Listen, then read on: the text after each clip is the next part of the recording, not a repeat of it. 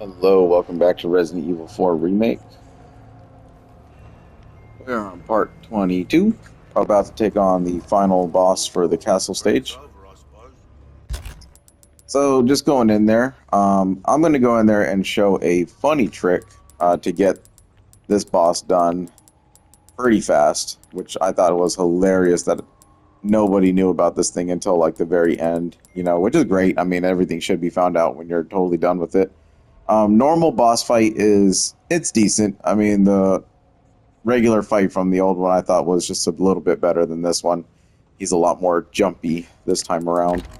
So, fought this thing regularly last time, but I actually have never done it this way before, so I kind of want to try it out and see if it really is a thing, or if I was just getting tricked on the internet when I first saw this.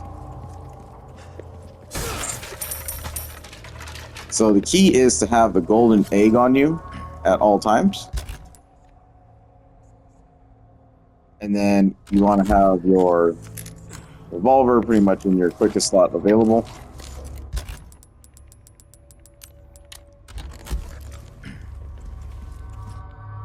So we'll try to pull this off and see how this works. I have delivered the girl to you as promised. Do tell our Lord to not forget the loyalty of his servant, Ramón.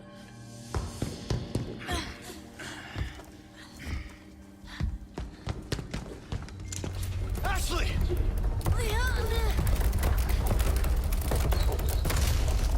Such a fool, Mr. Kennedy. To have been bestowed with Lord Sadler's You talk too much. failed.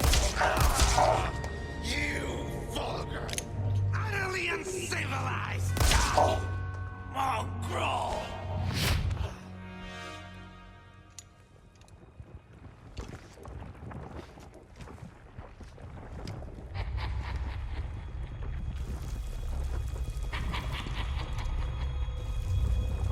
Allow me to show you the power truly granted by my master, the power of God.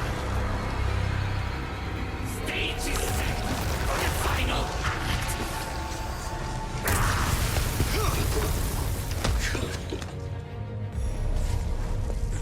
You are nothing but an expert. If you were.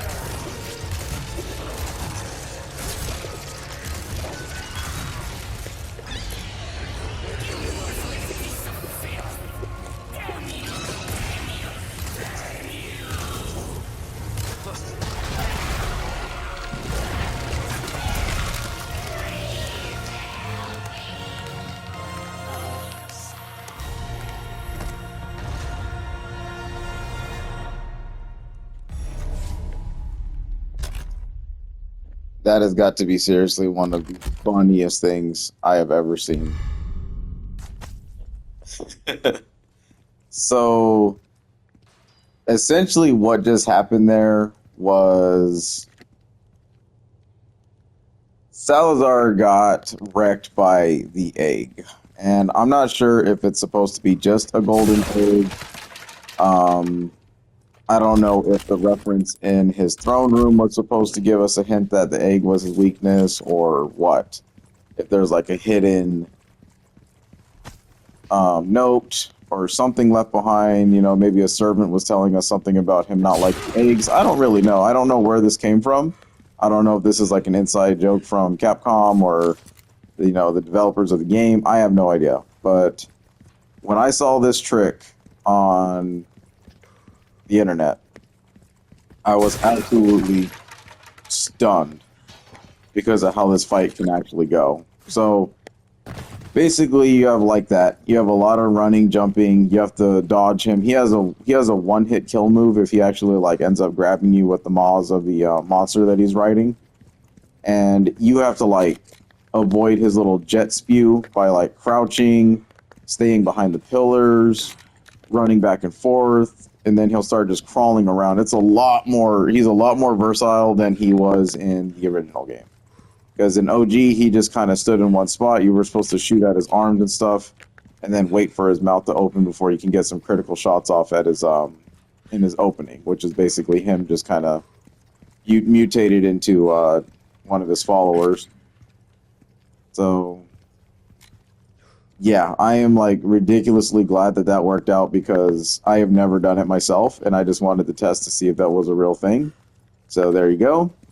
If you save that golden egg, just get it off, and then just kind of a few rounds to him. I wanted to get the knife in. I think if I got the knife in, I probably would have ended that a little bit more quicker than I did right there. But I mean, we'll take it. And we're about to get rid of the revolver for good because we're going to get met with a new one here pretty soon. So now's the time to kind of waste this ammo if you don't need it any longer. Because, like I said, we are just going to get rid of the gun.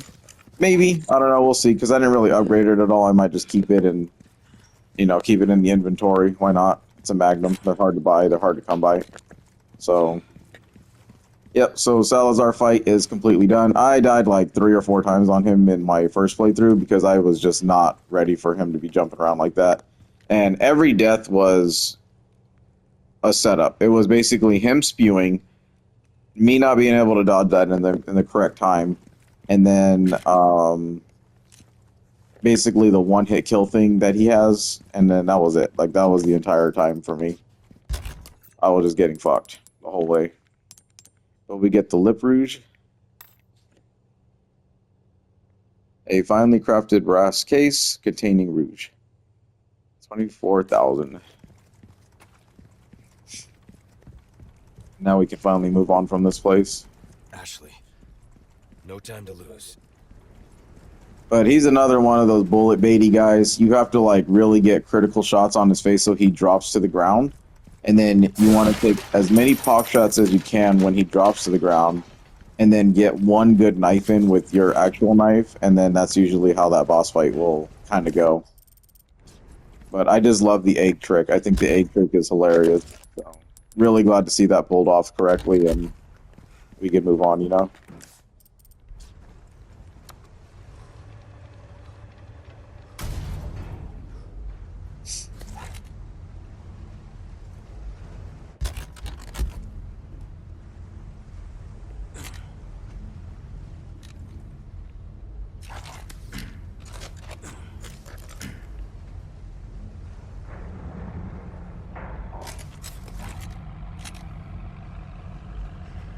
Krauser, where do you think you're taking her?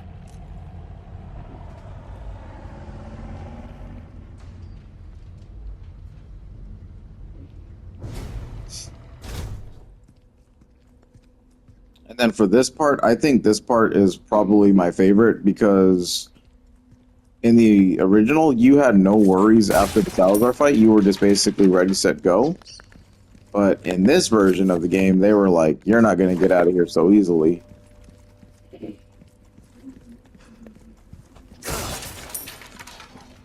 So they really kept us on our toes, and sometimes they took our guard down, which was pretty good.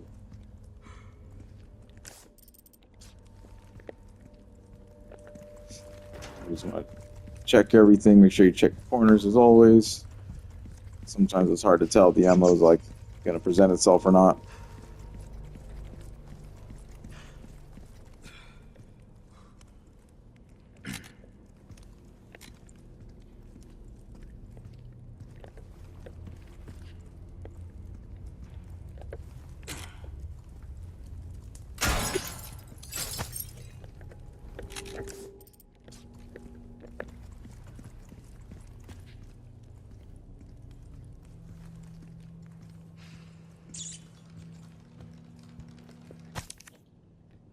Oh, there we go.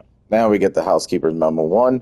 I have failed you, my lord. I was unable to fulfill your final commandment and keep the boy from the path of wickedness. I caught a glimpse of Master Ramon's evil temperament during his younger years, when he discovered a servant mocked him by uttering Pulgarcito behind his back.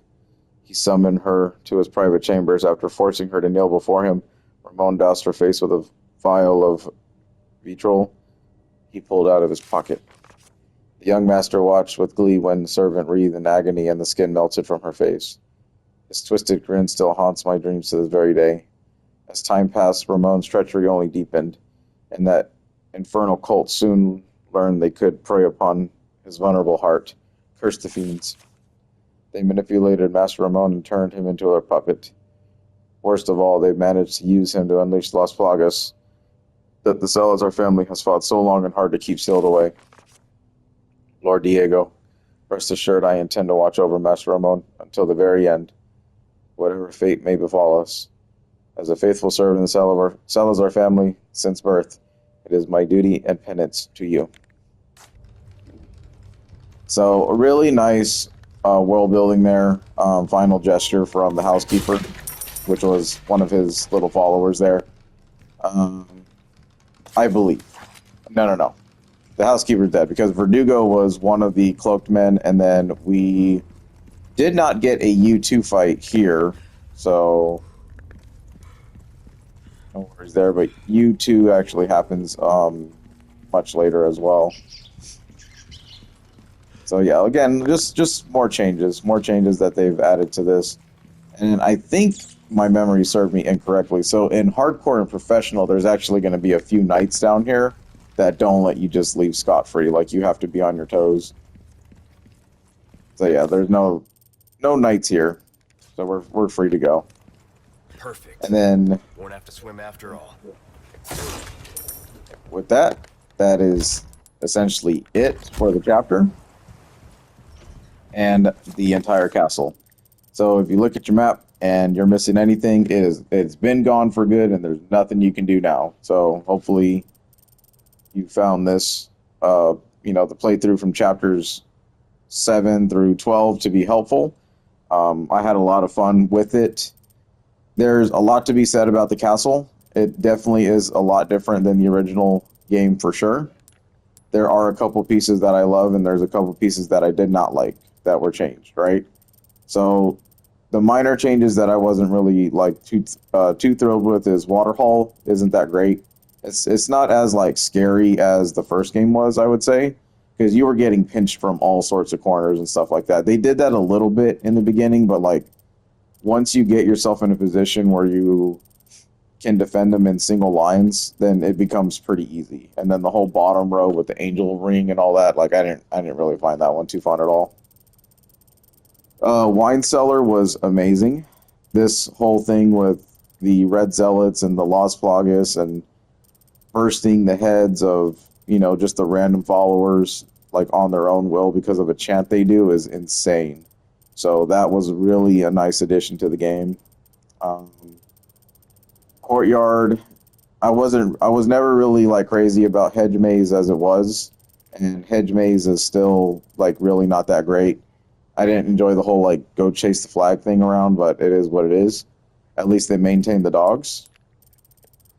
The Ashley going to rescue Ashley thing was kind of stupid, but it is what, you know what I mean? They're just kind of trick your brain, make sure you remember where you're going type thing, I guess. Kind of panic mode. The Castle Gate was amazing. I will always love, this is one of the most iconic parts of RE4 is when you're getting to the castle for the first time and then the onslaught begins with the catapults and everything. That was crazy in the original game. So, and then they just doubled down on that and made it just as terrifying as it was in the original. But if you know the tricks and secrets of everything, you can get it done real easily. And that's pretty much what the castle is. If you know a lot of the tricks after your first playthrough, then it's really not that tough of a section at all, The double creature fight was really great.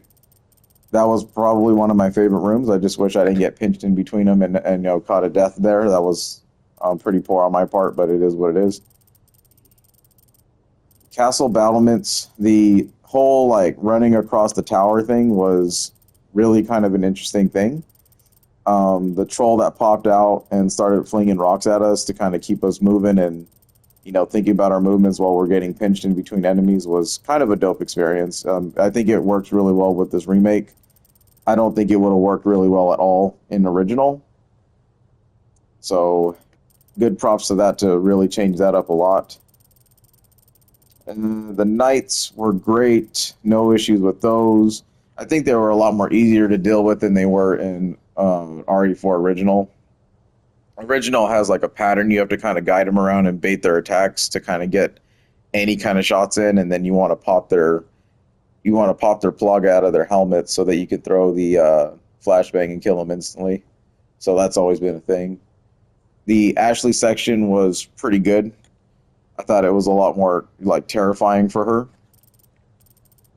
So, and we really captured the essence of like what it's like to be just like a very vulnerable like president's daughter. You know, she has no military training at all. She's just trying to survive this nightmare, just like any other person would, and she's using anything at her disposal to kind of get going. We had the moment where she's fumbling around with the keys, like which one, and just generally just being scared while we're getting chased by knights with swords, and Plaga running the show here. So that was really, really good. I thought that was really well done. Better than just like throwing lanterns that usually miss like some of the zealots that chase her. And there was a section where she had to survive knights too, and that was kind of interesting. I'm glad they did away with the puzzle. I didn't really like the little.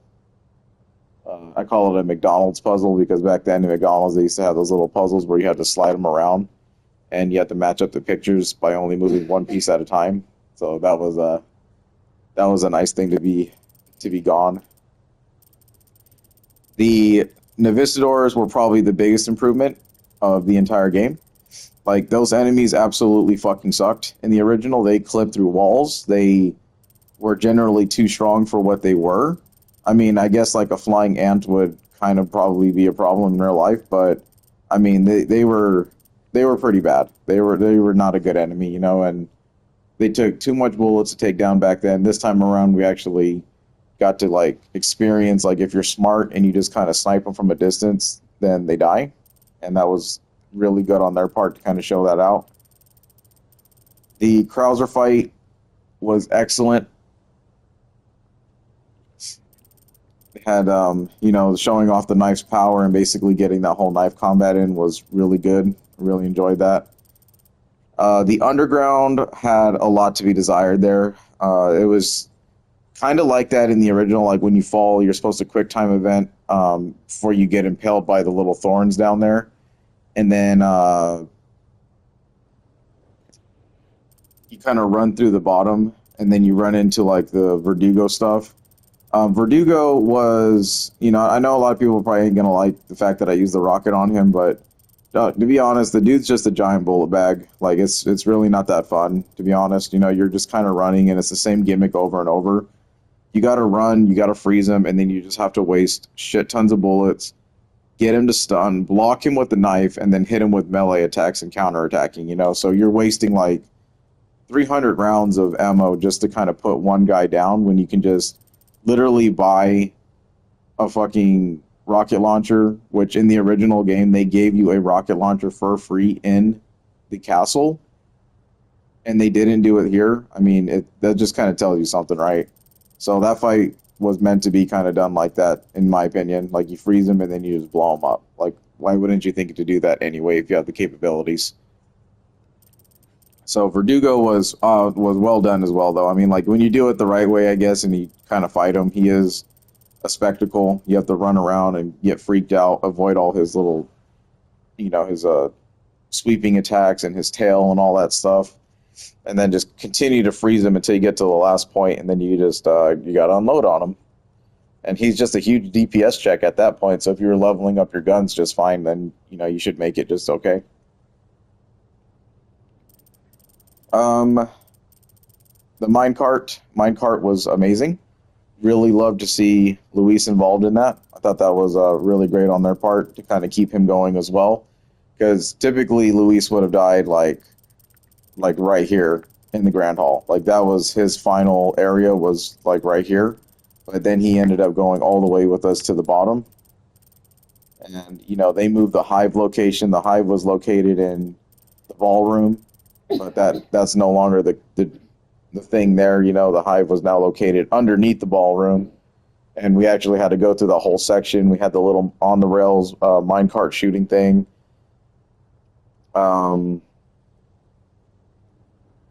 The section with Luis and Leon fighting the double trolls was great. I think that fight still maintained its charm in a way, because you're supposed to guide. Originally in OG RE4, Leon has to fight both of them 1-on-2, and the objective is to like climb a ladder, and then you have to like take a little zip line down, and then you have to be able to down one of them onto the to the lava pit, and then you drop the lava pit, and then one of them dies.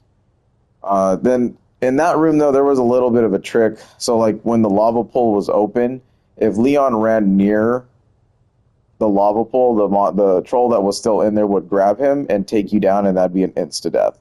And I thought that was a really crazy and cool experience back then. Like how they thought of so many ways to kill you, even though you thought you won. Like at some point, you thought you won, you did not win anything. But in that moment, this time around, they actually changed it to where both trolls could be dropped into the lava. And that's kind of subjective on the player. Like if you want to waste your bullets and kill the things outright, you get, basically just gems for your jewelry and everything. But jewelry and gems come pretty naturally throughout the game anyway, so I didn't really find them to be like a dire need for that. And then the section with the whole Ganados and chasing you around down there in the mines, I really did like that. It's just the double chainsaw thing and Luis getting in the way every now and again kind of just, it's not good. Like, it's not the best AI from RE for sure. Like, really glad that they gave us, like, partner help. But, I mean, Luis is only good for, like, if they grab you, sometimes he'll kind of snipe them across the room. But other than that, I mean, he just kind of takes pop shots here and there, and then he gets in your way. So, I took a death down there because he kind of jumped in the way where I needed him not to be. And then the chainsaw person, like, kind of got me as soon as someone smacked me, so it was really stupid. Otherwise, I would have naturally just, held down my L1 and blocked with the knife and then kept going from there.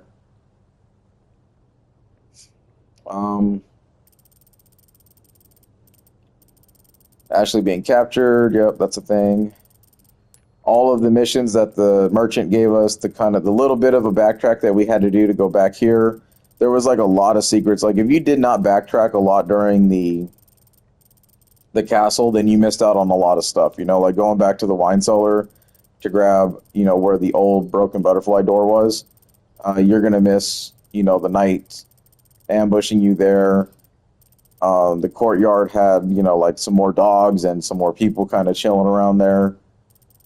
The main audience chamber had the red zealot along with his other zealots ready to fight you. Usually they ran away in the old version. They ran away and they were just, if you were fast enough to kill them, then they would just be spinels. But then they became, this time it was like a full-on fight. Didn't do that room that great because I kind of forgot. When you start doing like the speed runs and shit, you just don't go backwards ever. You just continue the game forward.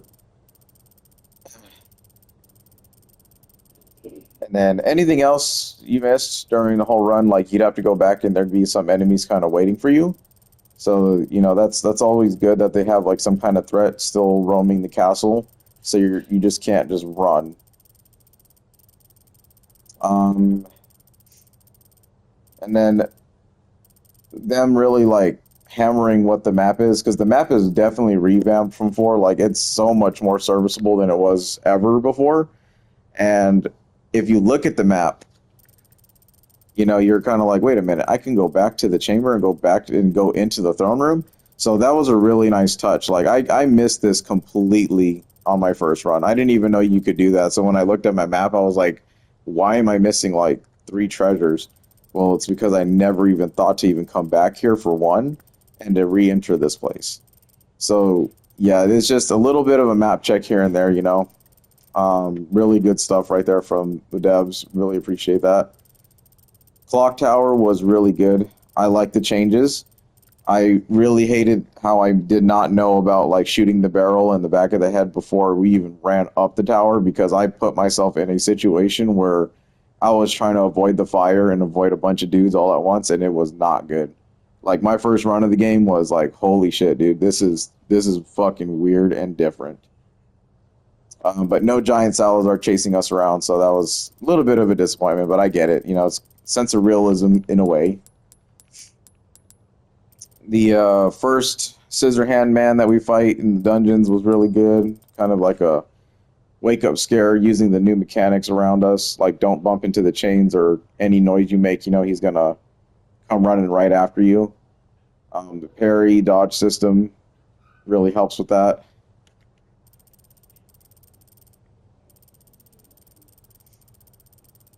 Yeah, and then overall, and then just the final fight with Ramón. He's just a punk. He just likes to jump around and he'll bite you, and that's it. But throw an egg at him and then shoot him a few times with a revolver, and it's game over with him.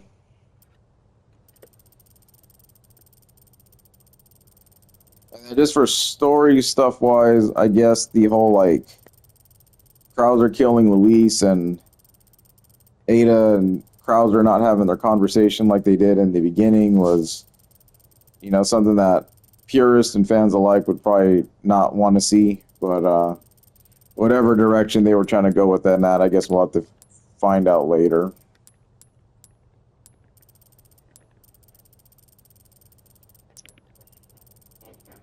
I guess that little bit where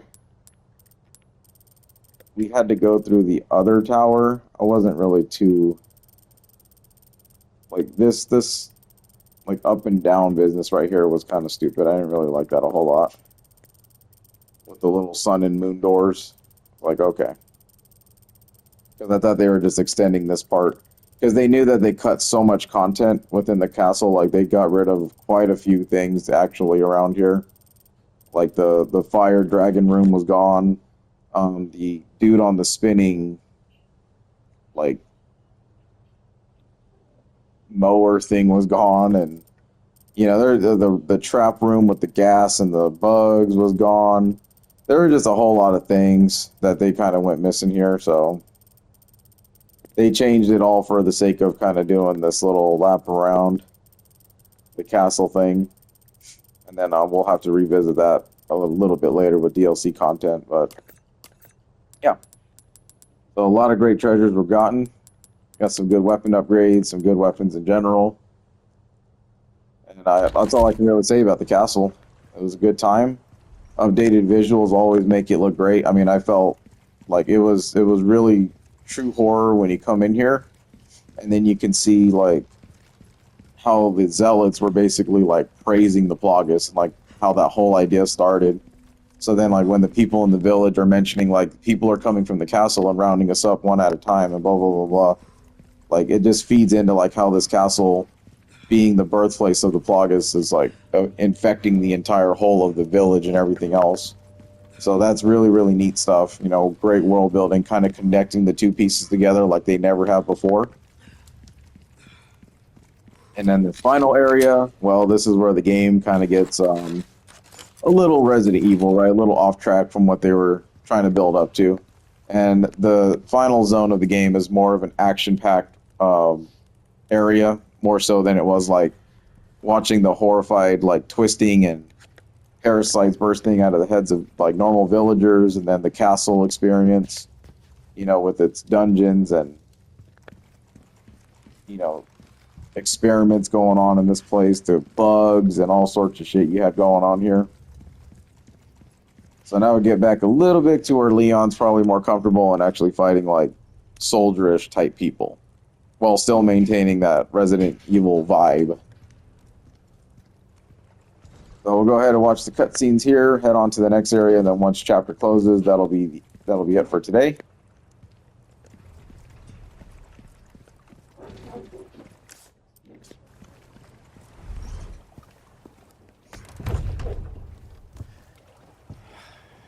Ah, damn it.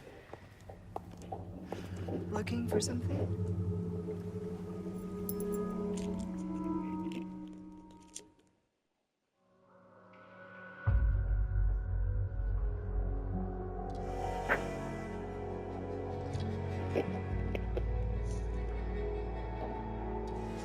Alright, so like I said, chapter ends, and that's about it. So, like I said, not too overly hard of a chapter to do there. Just clock tower. If you want to get the challenge achievement for not letting anyone jump onto your little elevator, then I mean you have to practice that section over and over and over again to kind of understand where they're dropping from. And then just shoot the red barrel before you even start going up the tower, so you can avoid the whole flame thing. Salazar doesn't like eggs, and that's it.